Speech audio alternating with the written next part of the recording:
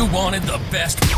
You've got the best podcast. The hottest podcast in the world. The Chris Voss Show, the preeminent podcast with guests so smart you may experience serious brain bleed. The CEOs, authors, thought leaders, visionaries, and motivators. Get ready. Strap yourself in. Keep your hands, arms, and legs inside the vehicle at all times, because you're about to go on a monster education roller coaster with your brain. Now, here's your host, Chris Voss. Hi, folks. It's Voss here from the ChrisVossShow.com, the ChrisVossShow.com. Hey, welcome to another fun episode of the Chris Voss Show. We certainly appreciate you guys tuning in. Be sure to share the show with your family, friends, and relatives. Go to the usual places, youtube.com/Chris Voss. Goodreads.com/Chris Voss. The Chris Voss Show is on TikTok now. You can go over there under Chris Voss 1, I think it is, on TikTok, and you can see us posting clips of the show and some of the different fun things from my life, the Siberian Huskies of my life and all that kind of craziness. Anyway, guys, go check all that out. Goodreads.com/Chris Voss. Today, we'll be talking about the Queen Mum. May she rest in peace. She recently passed away, but we're going to be talking about her life and some of the things that went into it. We have author Mr. Gareth Russell is on the show with us today. His new book comes out November 1st, 2022. It's called Let's Have Another Drink. The dry wit and fizzy life of Queen Elizabeth, the Queen Mother, is going to be on the show with us talking about his amazing new book that just came out. And he is educated at Oxford University and Queen's University, Belfast. He is a historian, novelist, and playwright. He is the author of The Ship of Dreams, Young and Damned and Fair. What's the story of my young life? Anyways, kidding. The Emperors, and an illustrated introduction to the Tudors. He lives in Belfast, Northern Ireland. Welcome to the show, Gareth. How are you? Very well. Thanks for having me. Thanks for coming. We have quite a few Irish friends that come on the show. So welcome to the show. We're glad to have another one from the beautiful beautiful countryside of Ireland, state, country, whatever you want to call it. Welcome to the show. Yeah, thank you. Maybe I should have some whiskey at this point. Yeah, always. It's always a good idea. Always a good idea. So welcome to the show. Give us a .com, wherever you want people to find out more about you and follow you on the interwebs. On the vast hinterlands of social media, you can find me on _ Gareth Russell, GarethRussell on Instagram, and also on Facebook. I like to post on this day and information about the books on Gareth Russell, historian and author.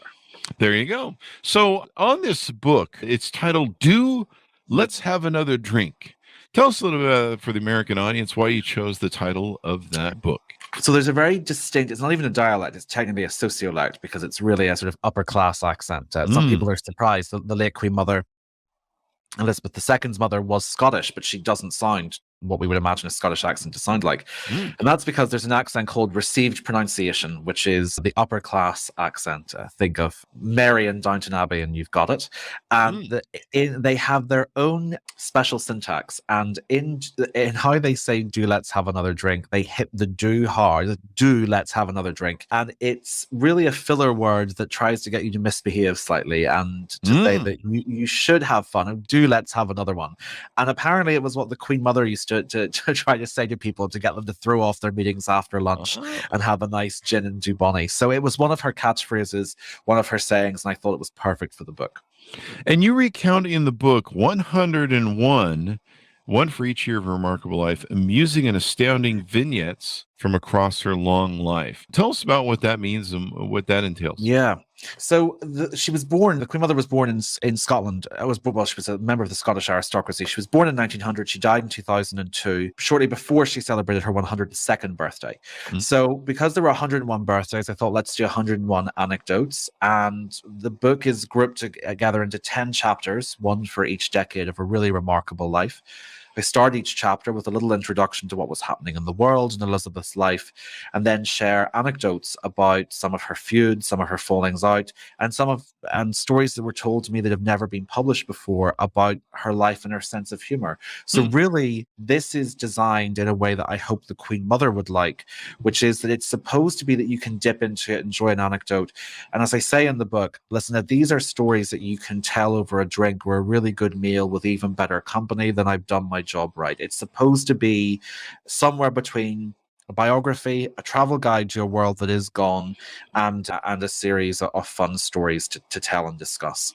There you go. So was it always over booze, or just was it tea? No, she could handle her drink. I mean, like she could handle it. And there's a great story that was told to me by someone who worked for the royal household here in Northern Ireland. And in 1988, the Queen Mother was 87. She came over. It was the height of the Troubles here, so security was quite tight. And at Hillsborough Castle, which is the official royal residence in Northern Ireland, the Queen Mother invited several sort of strapping generals who had been on service there and their wives. And there's an event in sort of more formal dinners called the Loyal Toast, where you stand up and toast the Queen. So the Queen Mother gets up and toasts her daughter. Everyone has a nice drink. And she says, under the circumstances, let's toast the people of Northern Ireland. So everyone has another drink. Northern Ireland has 6 counties. She knew all of the names and she toasted each one of them. And she was completely clear-headed, but I am reliably informed that after she left, a general threw up in the umbrella stand. So she certainly enjoyed her drinks. I made a lot of them because research is so important. But no, she enjoyed food. Some of the earlier stories are really focused on her time as a teenager during the First World War. So they're less upbeat and less amusing. But the stories later on, there's a lot of them told over alcohol, a lot told about Scotland, and just this incredible joy that she had for life right into her 90s. And she loved walking in Scotland, drinking, eating good food, meeting people from all backgrounds. So I found that that kind of zest for life just very engaging to write about. And I try to capture that in the book.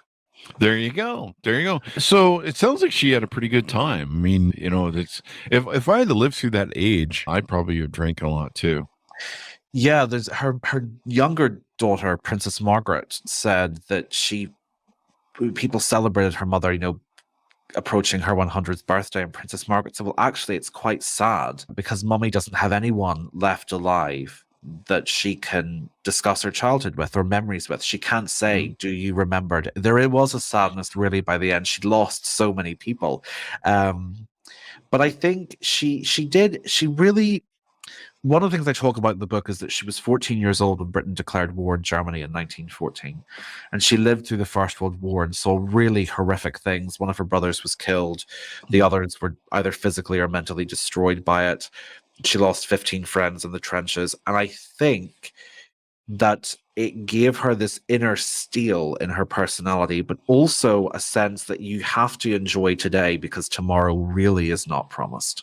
That is true. Most people put off pleasure and happiness today because they're striving, and some never achieve it.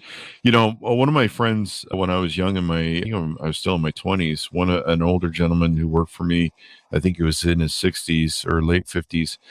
He told me, he says, he was complaining to me about going to funerals with his friends. And he said to me, Chris, always stuck with me. He says, Chris, there's a time in your life where you go to weddings. There's a time in your life we go to funerals. Yeah. And you watch all your friends kind of disappear around you. And it gets a little lonely, especially if you live a long life. And I imagine, would you say 101 she lived to? Yeah. Yeah. So she, you end up outliving even like some of your children sometimes. Well, she did. And she outlived, sadly, her youngest daughter, Princess Margaret, died 6 weeks before her. Wow. Of a stroke. So, and her son-in-law, the Queen Mother's son-in-law, Prince Philip, who of course passed away last year, he at 99, he made a joke and said, I really do not want to live to 100 like my mother-in-law had, because it's awful. He said, it's really awful. He said she has and it actually got to the stage where she kind of stopped going to funerals because it had there were too many of them. Wow. So I think you're absolutely, it is something that when I started doing this book, actually, a friend of mine said, this is going to be so interesting to see how a life changes when it's that long. Yeah. And so did you find that as you went through it and researched it? I did. I found certain things as she got older, not callous isn't the right word, but there was certainly an element of she had become it's interesting. She would cry at the memorial service for veterans on the 11th of November, because that was that had been set up right after the tradition after the First World War in Britain. But she wasn't always, in her 90s, that affected by people dying. And I think, to me, that is the effect of living through that many bereavements and that loss. Yeah. But when she was at the memorial service, she felt like she was 18 again. And it was, and to me, that was so fascinating to see. Mm. And the other thing, I think she became slightly less trusting, understandably, because she was very popular. She came from a large family. They had lots of friends. She had a wonderful time when she was a debutante in London high society in the early 1920s. Mm-hmm. But I think what she learned after she married into the royal family, and I'm sure this is true of people in most positions of public prominence, Mm-hmm. is that people that she thought were her friends were telling her one thing and telling rumors or lies about her behind her back. Wow. And the thing that I think really shocked her was that for decades, she had been considered herself really good friends with a high society, very celebrated photographer called Cecil Beaton. And Cecil had intervened directly to get Cecil a knighthood, a Sir Cecil Beaton, that had been denied to him for years because the government knew he was a homosexual and they didn't want to give it to him. And so she directly intervened and got it for him. And Cecil, and in the 1980s, and she refused to go to his funeral because just before, his memorial, didn't go to the funeral, wouldn't go to the memorial service, because segments from his diary were published in which he had, he'd been making fun of how fat she was and how bad her teeth were for years. And she thought, well, I thought we were friends.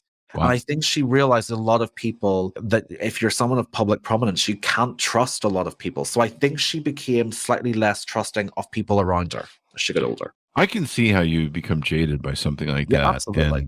And, you just be like, people are mean, I've seen what people say about me on the internet. I remember catching someone once on Twitter. There was two people having a conversation about me, and they're like, I hate that Chris Voss. He's so annoying. He puts out so much content. He's always blabbing his big mouth. And the other person's like, yeah, he has a big mouth. And the other person's like, yeah, but I still follow him. And the other person's like, what? You still follow him? And he's like, and they were like, yeah, because I'm just waiting to see the car crash. And that was about 10 years ago. So they got a long ass wait. In fact, I think I've outlived them. Like, that's the thing. You kind of, I think it's, I mean, I've heard that. It's just my, I just like, it's baffling. Screw that guy. I get that all the time on YouTube. Screw that guy. I saved the comment from like 13 years ago. They're like, this guy's a fake. He's going to go out of business next year. And the comments are 13 years now. Here we are. So it sounds like a fun celebration of her life. Would you describe it as that? Yeah, absolutely. I find a lot more there to like than dislike. I mean, I think always any author that tells you they're completely impartial is the one who's trying to hide something from you. That's just, you're not writing a budget report. You're writing a biography or a book. I always think the historians who say, I didn't really have an opinion, or I was completely impartial. They were partial. They just don't want anyone to figure it out. And I always, I've read biographies where I think the historian's too harsh or too sympathetic to their subject, but I like a historian that will tell you up front, this is kind of where I landed. I find a lot more to like and admire about her than otherwise. There certainly were traits that were not as commendable or likable, and they're in the book too. She had an absolutely Olympian ability to hold a grudge. It was, really, she let nothing go. And for some people, and then other people, she could be surprisingly forgiving for. It was tenacious but inconsistent as a trait. It's like all my ex-girlfriends.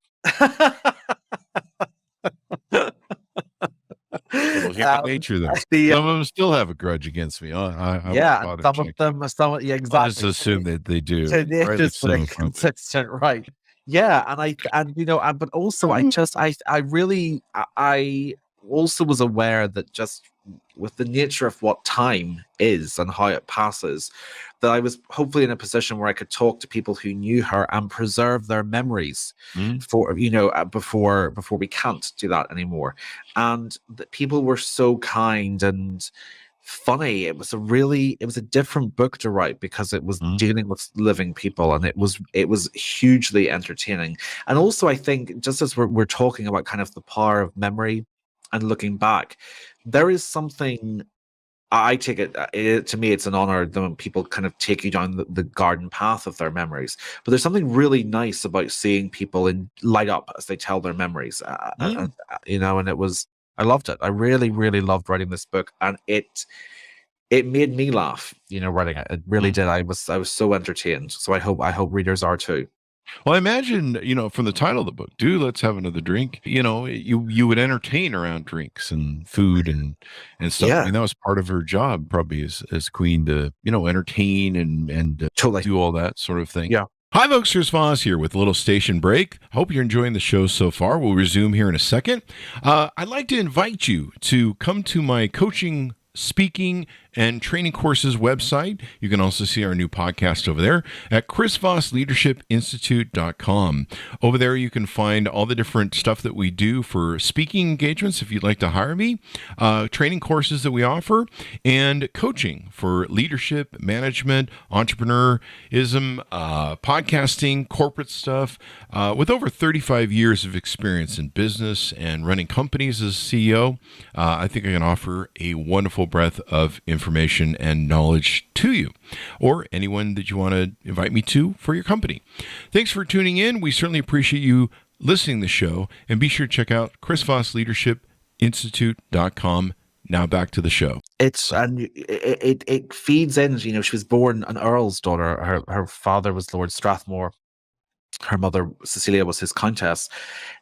It was still a world in which a lot of business of politics and building networks was done over lunches and dinners and shooting weekends, and she really continued that on. She believed really strongly that hospitality and display helped Britain's reputation on the international stage, and she also believed if you had a guest that you made them feel special. That she took being a hostess very seriously. So what she would do is she would keep a very detailed list of who gave her what gift. Mm-hmm. And if they came to stay for the weekend, she made sure that gift was brought out and displayed somewhere so that they saw that. So I think, yes, she absolutely took good food and good drink and good company seriously, because it can build networks. Although she's a very temperamental chef at one point in the 1980s. Now, you have quite a few books. How many books do you have? I'm looking at a whole pile of them here on the Amazon. I should have an answer to this. 6. I think at least 8, maybe 1, 2, 3. It. Yeah, let's go with it. It. I'm just throwing that out. Now, there's another book that I see here. "Do Let's Have Another Drink," with a different cover. Is that? That'll be our British cover. That's the British cover. Yeah, the black and gold one's the British one. Yeah, that's kind of interesting how it's different on the thing there. Yeah. It's great when you have a book with 2 different covers and you like them both, because that doesn't always happen. We have sometimes we've had Canadian authors on, and they'll have like 2 different covers for the Canadian books for like novels and stuff. Really, that is interesting, because this is published by Simon & Schuster, and it's the same in the US and Canada, so it's exactly the same cover and edition. So that's interesting. Well, it's different with novels. In fact, not novels. I think I've heard that it's fiction. Sometimes they do different covers. Yeah. And it's interesting what they do. I think the American cover was a bit more racy, and the Canadian cover of recent novels was a bit more, I don't know, it was more, it wasn't racy. Let's put it that way. Okay. You wrote, I think, a couple books on the Titanic, I think. Is that correct?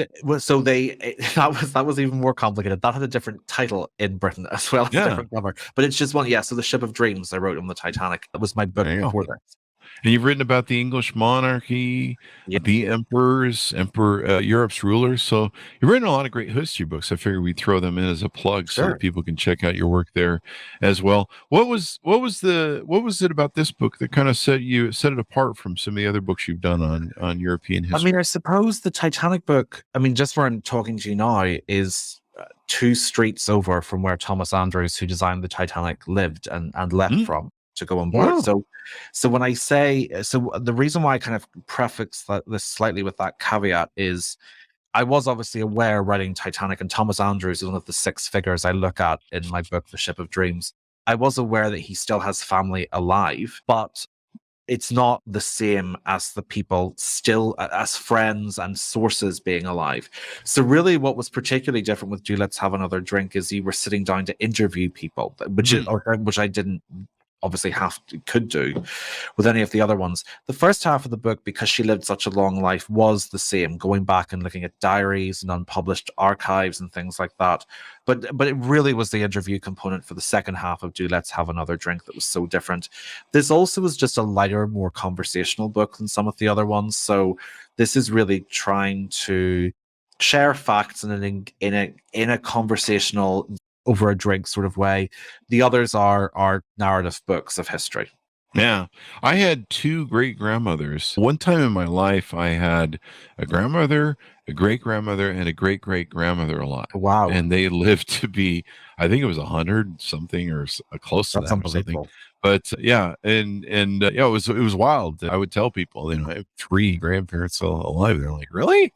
Like, my grandmother's dead, and I was like, well, I have three of them on one side. And I don't know, they just, West Virginia, they lived a very hard life. They had houses and stuff. So, but they saw a lot in their lifetime. I remember going up to their house when I was a kid at 4, and they still had old washboards. I think I bathed in the giant sink, and they had outhouses, and their life was still very in the 70s.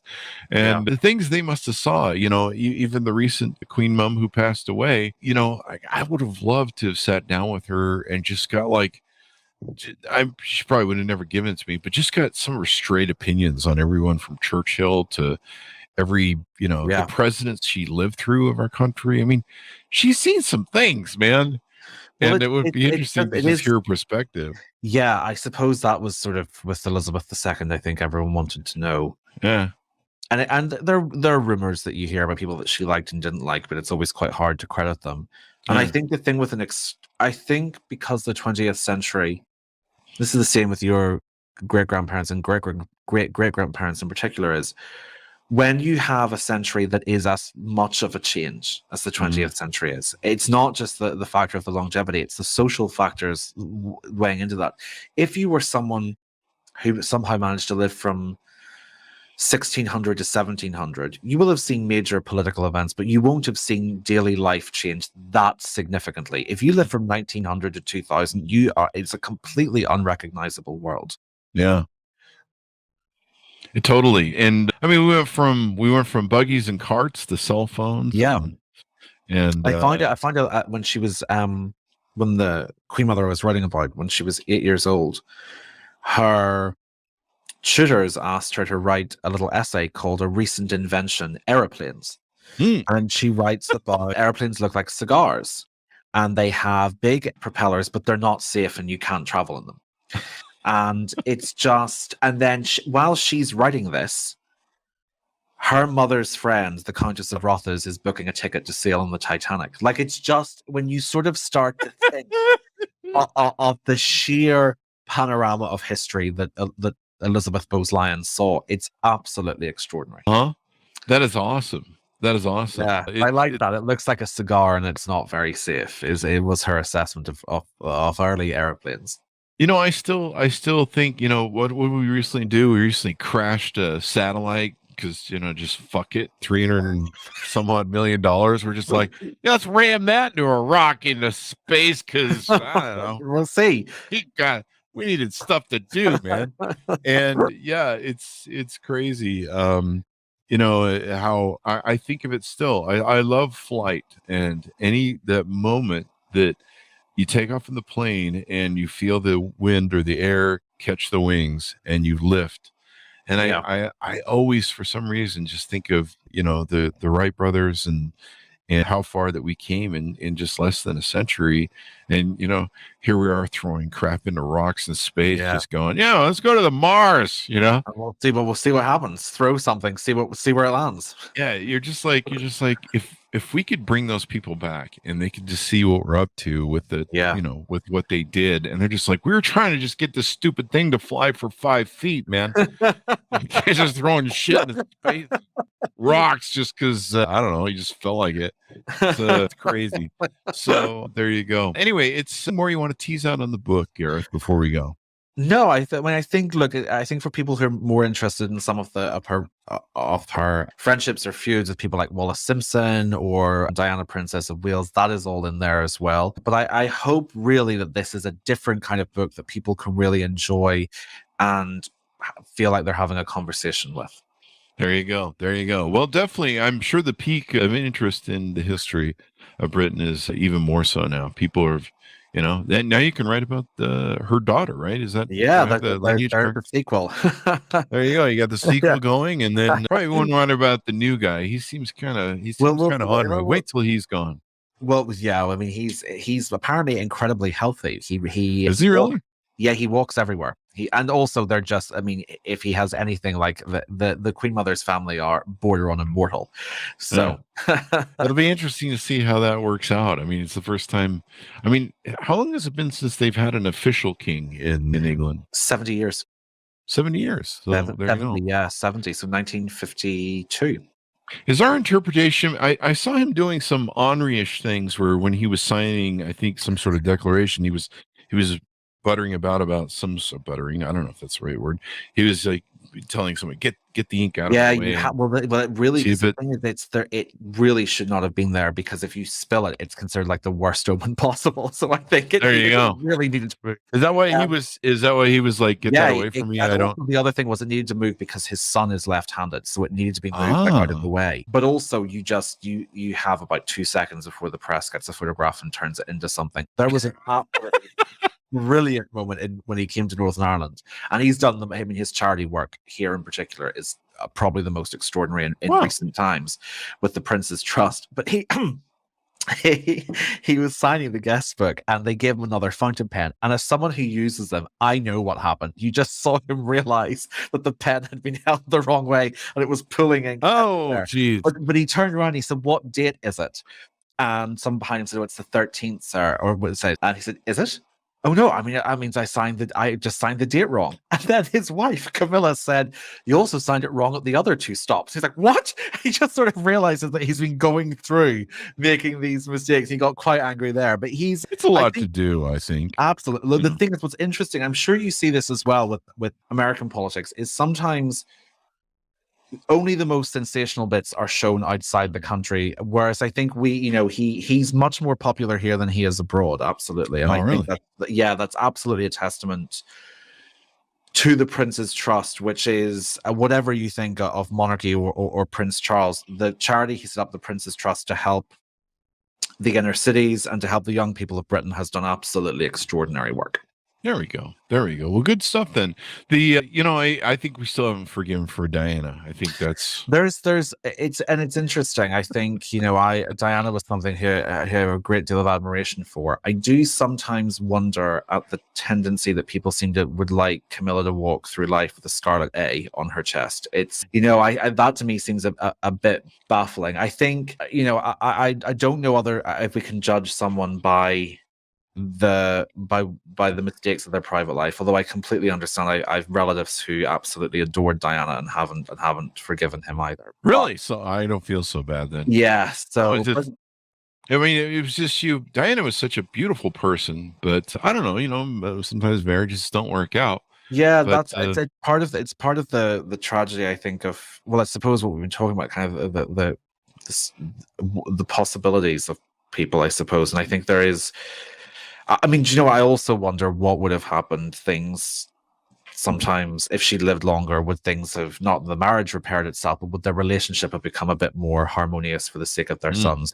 Who knows? But no, it's an interest. It's just even from a syntax perspective, it took a while when we were doing commentary for remember it's the king. That's just because there's really no one working in media today who's had to say the phrase "the king" for quite some time. There you go. Well, it'll be interesting to see how it plays out, especially that whole dynamic with his 2 sons and the daughter of American daughter who's a bit of a troublemaker, as us Americans are. I mean, here we've come back and infected the Europeans with our Yankeeism. What's the Yankeeism is a good phrase, actually. What's the old line from the Who? We won't get fooled again. Oh, evidently they did. Oh. Thank you, Pete Townsend. Anyway, it's been wonderful, Gareth, to have you on. Thank you very much for having me. Very fun, as I'm sure the book is. Give us your plugs again so people can find you Yeah, on the of course. interwebs. You can find me on _Gareth Russell on Instagram and on Gareth Russell Historian and Author on Facebook. There you go. Thank you again for coming. Great. Thank you very much. Thank you. And again, order up the book wherever fine books are sold. November 1st, 2022. It's out. Let's have another drink. I should be able to say that without. Dearie, let's have another drink. Let's have another drink. The dry wit and fizzy life of Queen Elizabeth and the Queen Mother. Let me cut that one more time. Let's have another drink. The dry wit and fizzy life of Queen Elizabeth, the Queen Mother. Thanks for tuning in to my audience. Go to goodreads.com/Chris Voss, all of our places on the interwebs. You can see us wherever we are. Thanks for tuning in. Be good to each other. Stay safe. And we'll see you guys next time.